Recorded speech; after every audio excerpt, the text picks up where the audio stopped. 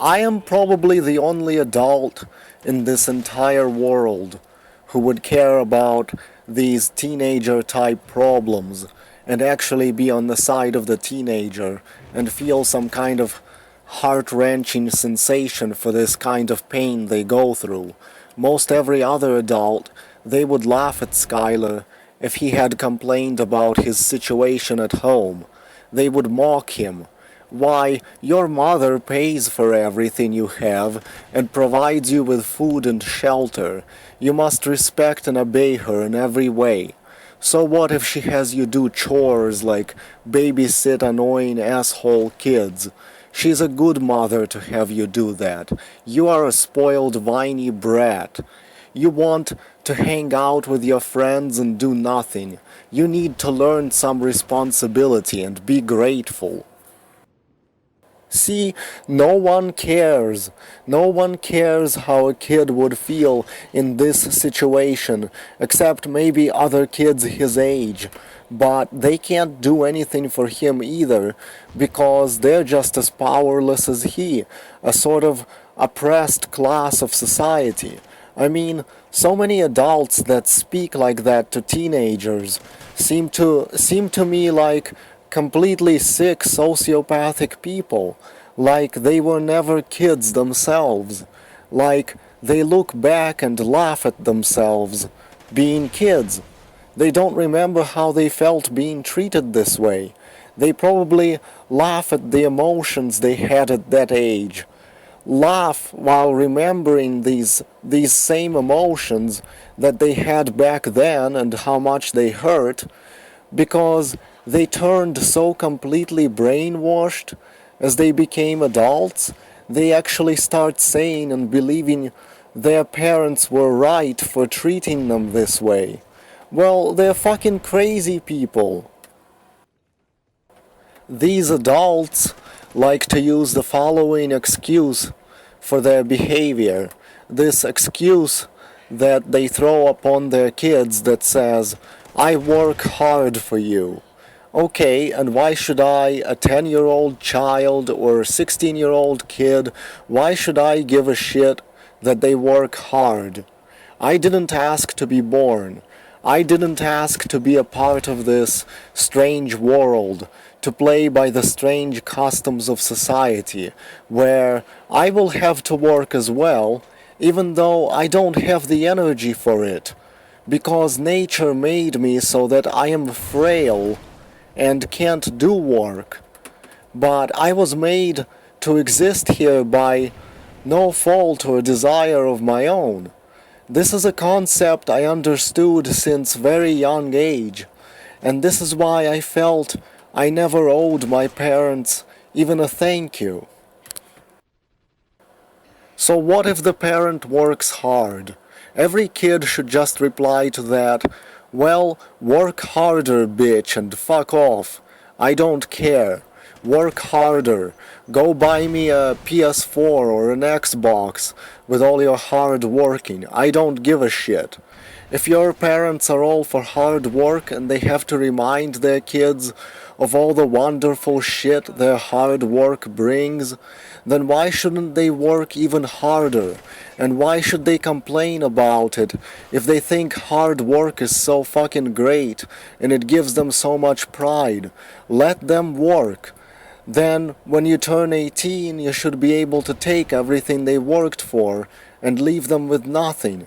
That's how it should be. If you don't want to work hard, then don't make kids. Or just admit, as I have, that you can't work hard and let everything go to hell. Have you and your kids end up on the streets because you don't have the strength to work hard. But don't bitch and be upset that you have to work hard while continuing to work hard.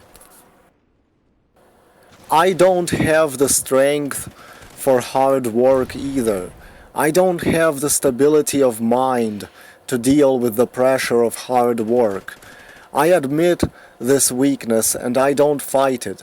No one else seems capable of admitting this weakness about themselves because they don't have the courage to do it.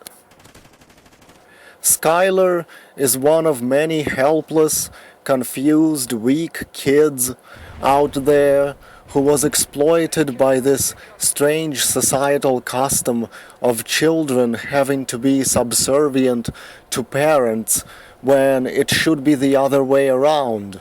He suffered and he wanted his life to be happier, but there was nothing he could do, no help, legal or otherwise, especially any legal help that he could employ.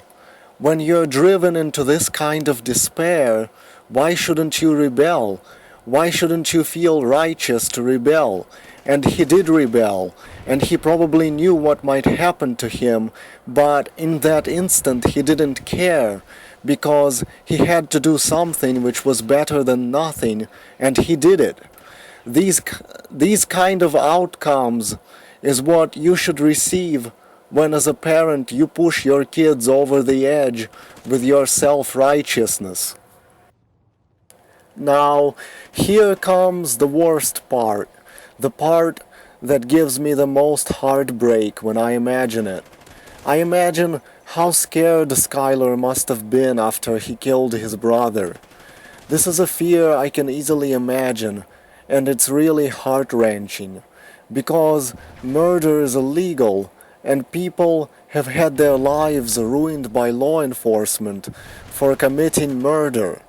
So, after killing his half-brother, Skylar has to bury the kid in the backyard and then lie to everyone that he ran away and got lost somewhere. Well, what would you do in that situation? Of course he has to lie to protect himself, and I don't blame him for that.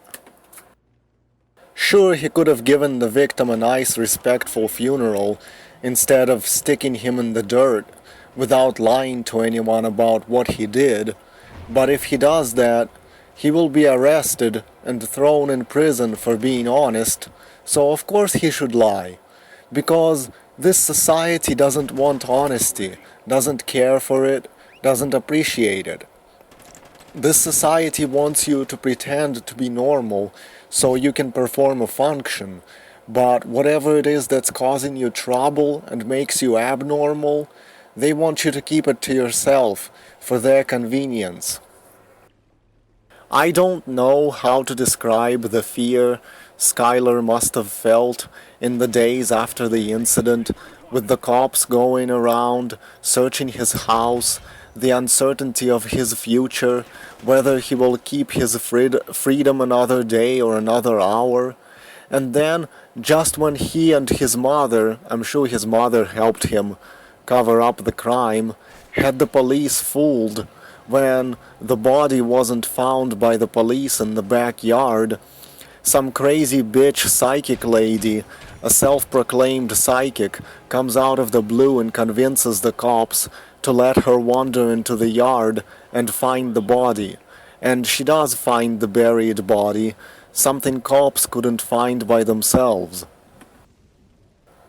It makes me imagine how, for those 2 days before the body was found, Skylar might have lay in bed, unable to sleep, crying, shaking from fear, that what if in another day he won't have his room anymore, his bed, his freedom, his friends, that his life will be in someone else's hands, that this world is not really his own world, thinking about how he and everyone else only lives in this outside world and not in prison, not because it's their right given to them by nature as creatures born of this earth, but only because other people let them, because other people let you, and only because you happen to have a brain wired to accept and understand the ways of society, a brain that was randomly assembled in the womb to make you into a kind of child that your parents find convenient for them. And if your brain was wired differently, that causes you to behave differently, like me or Skylar, then scary people will come along and make you behave or deprive you of your freedom if you don't behave the way they want. You know, life is wonderful if your mind was randomly and conveniently shaped to accept all the ways of society, when your brain and its neurons were structured for that kind of thing ever since you came out of the womb, when the environment in which you grew up shaped you to be this way, to agree with all the laws and rules of society, then you'll be happy. But if your life was different and your brain perceives reality different, for example, maybe you're smarter than the rest, smarter than the mob of society, and your brain perceives what is fair and unfair differently because you understand the world and human nature better, you will suffer because it will be difficult for you to follow the law, to follow certain morals, to follow certain customs, because you wouldn't consider them to be fair. It becomes not only something you don't enjoy doing, it becomes a job, an effort, a fight, and it's all to stop scary men with guns and badges from telling you you can't live among society anymore if you don't keep up this fight against your very nature. How do you expect people to deal with this kind of struggle day in, day out? Why shouldn't they enjoy freedom just because they were made this way by nature and environment in which they were raised? Skylar was trapped, just like I was trapped, just like I am still trapped. So he tried to make things better and they became worse, but only because other people made it worse. Because how is a poor, helpless 16-year-old kid supposed to struggle against cops and his own emotions and everyone around him just to improve his own existence? You know what could have helped everyone in this case? You know what could have brought a happy ending for everyone? You know what would have given Skylar what he wants and also kept the 11-year-old from being needlessly killed by his older brother's rage? Legalizing death threats. Yes, you heard me right. Legalizing death threats. In the days prior to killing his brother, Skylar had written some kind of disturbing message on Facebook. I think he was crying out for help, but instead people told him the message is weird and disturbing, and he felt compelled to apologize for it. See, nothing he could say, nothing he could do to try to fix the problem would work without everyone and everything turning against him and making things worse.